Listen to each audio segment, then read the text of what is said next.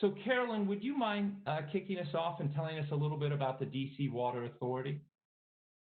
Sure. DC Water is both a water and a wastewater treatment company. We have about 1,350 miles of distribution pipe and over 44,000 valves and 9,000 hydrants. We have about 125,000 customers, but interesting, being part of Washington, D.C., we are uniquely positioned to have people experience our water by having nearly 22 million annual visitors. And again, our wastewater treatment plant is one of the largest in the world and is world-class and is regularly visited. And this year we've recently, or in the last few years, we've recently been doing a major Clean Rivers project.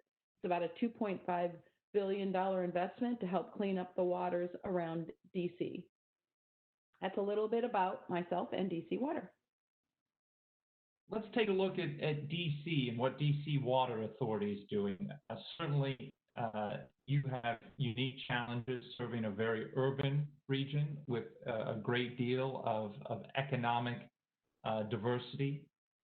What are some of the specific challenges that you faced in terms of customer engagement and some of those projects that you've undertaken to try to create better connections with those customers in Washington, D.C.? Yeah, thanks a lot for the question.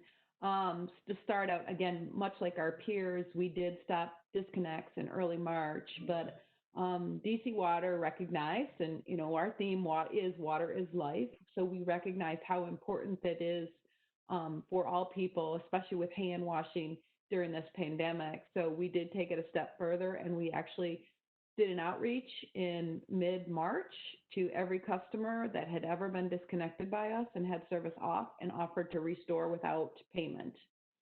So we did restore everybody. We removed all the late payment fees, and we allowed both residential and commercial businesses that were struggling to have an opportunity to get back on their feet.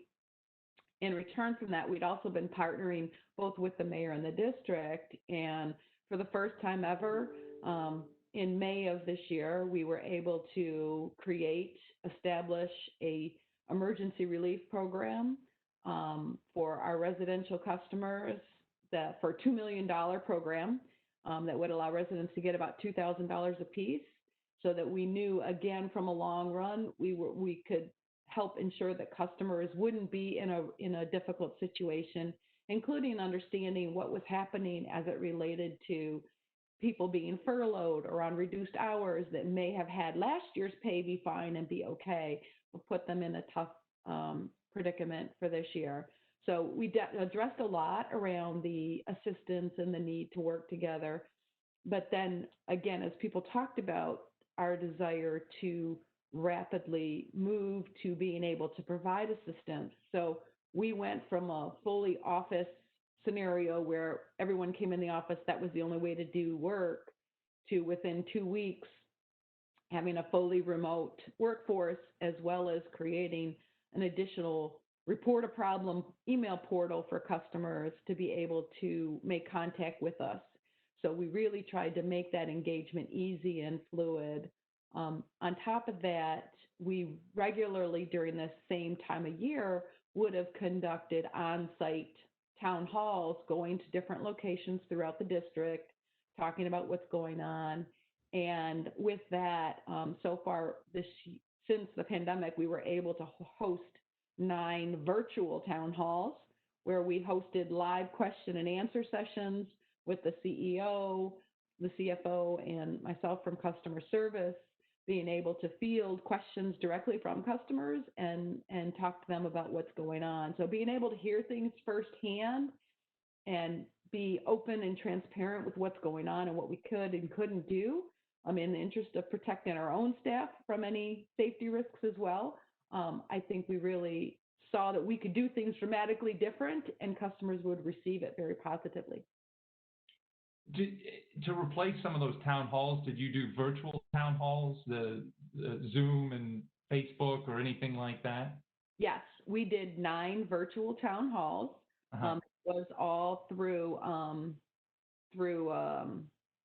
Teams, and there's a live Teams, so we could not only take phone calls, but we could take live chats, and they could view a presentation where we shared some of the information online. So you could either participate by calling in, as well as we conducted these town halls by ward.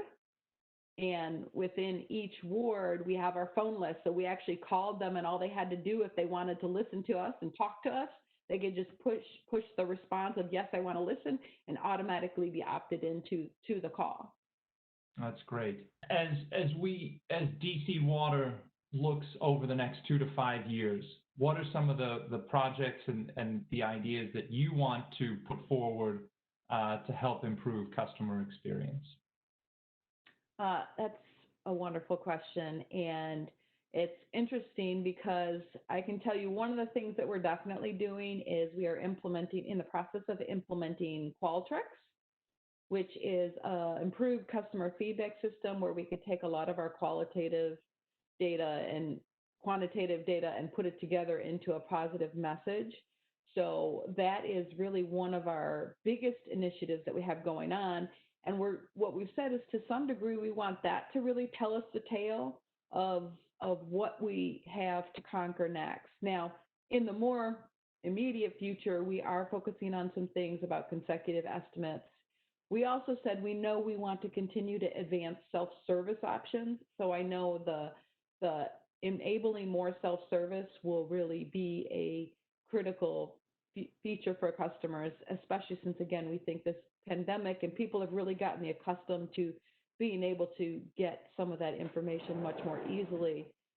We're also looking to try and expand into personas and really trying to do things a little more customized, customer specific, and understand the data.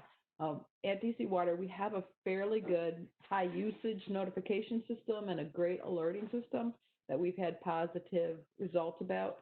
So we are also trying to refine those systems to be even more telling, because we've been able to see things around, how can I tell I see usage is up, but what does it really look like?